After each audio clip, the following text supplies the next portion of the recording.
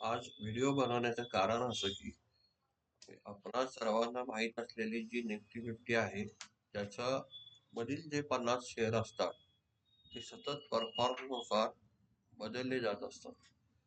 त्यामध्ये परफॉर्मन्स खराब असलेले शेअर्स हळूहळू कट होत जातात आणि नवीन त्याच्यामध्ये ऍड होत जातात. अशाने ही सतत निफ्टी फिफ्टी ही परफॉर्मन्सनुसार बनवलेला एक इंडायसिस आहे. तर ह्याच्यात युनिकनेस काय आहे तर याची जेव्हा 1996 ला सुरुवात झाली तेव्हापासून आज अखेर 50 मधले कधीही बाहेर न गेलेले असे शेअर्स की जे निफ्टीतून कधी परफॉर्मन्स नाही म्हणून बाहेर काढण्यात आले नाहीत ते सतत 28 वर्ष आज अखेर निफ्टीत कंटिन्यू आहेत. अशा 11 युनिक शेअर्सची मी तुम्हाला आज एक युनिक माहिती या अर्थाने शेअर करत आहे.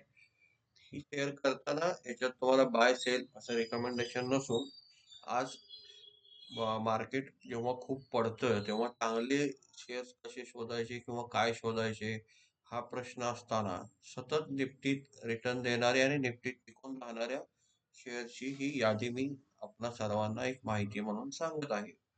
त्याच्यामध्ये आपल्याला प्रथम बघायला गेलं तर बजाज ॲटो हा ऑटोमोबाईल सेक्टर मधील शेअर आहे.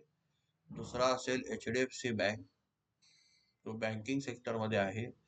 तिसरा असेल मेटल मध्ये हिंडाल्को आयर्न अँड स्टील मध्ये आहे.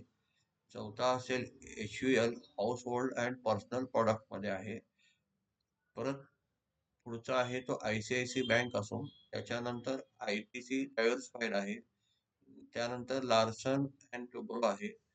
त्यानंतर रिलायन्स आहे. त्यानंतर स्टेट बँक ऑफ इंडिया आहे. त्यानंतर टाटा मोटर आणि टाटा स्टील हा सगळ्यात शेवटी आहे. हे सर्व शेअर मी आज अखेर जरी एक एक जरी शेअर्स मी या मंदीत खरेदी करायला सुरू केले तरी माझे आज 22,986 रुपये मला लागतील.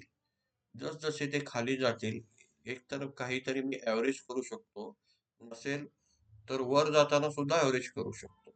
अशा पद्धतीने मी स्वतःचा निफ्टीतील सुपर परफॉर्मन्स असणारे हे 11 शेअर्स सिप म्हणून वापरू शकतो.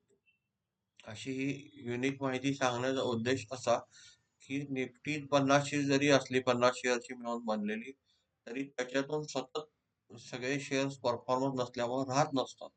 मग हे राहिलेले असे शेअर्स हे 11 आहेत आणि एक ही अशी युनिक माहिती आहे की जी 28 वर्ष निफ्टीमधून कधीही बाहेर पडलेली नाही. त्यामुळे ही माहिती आपला सर्वांना शेअर करण्यासारखी वाटली म्हणून मी ही माहिती शेअर करत आहे. याच्यात कोणतंही बाय सेल रेकमेंडेशन नाही. धन्यवाद.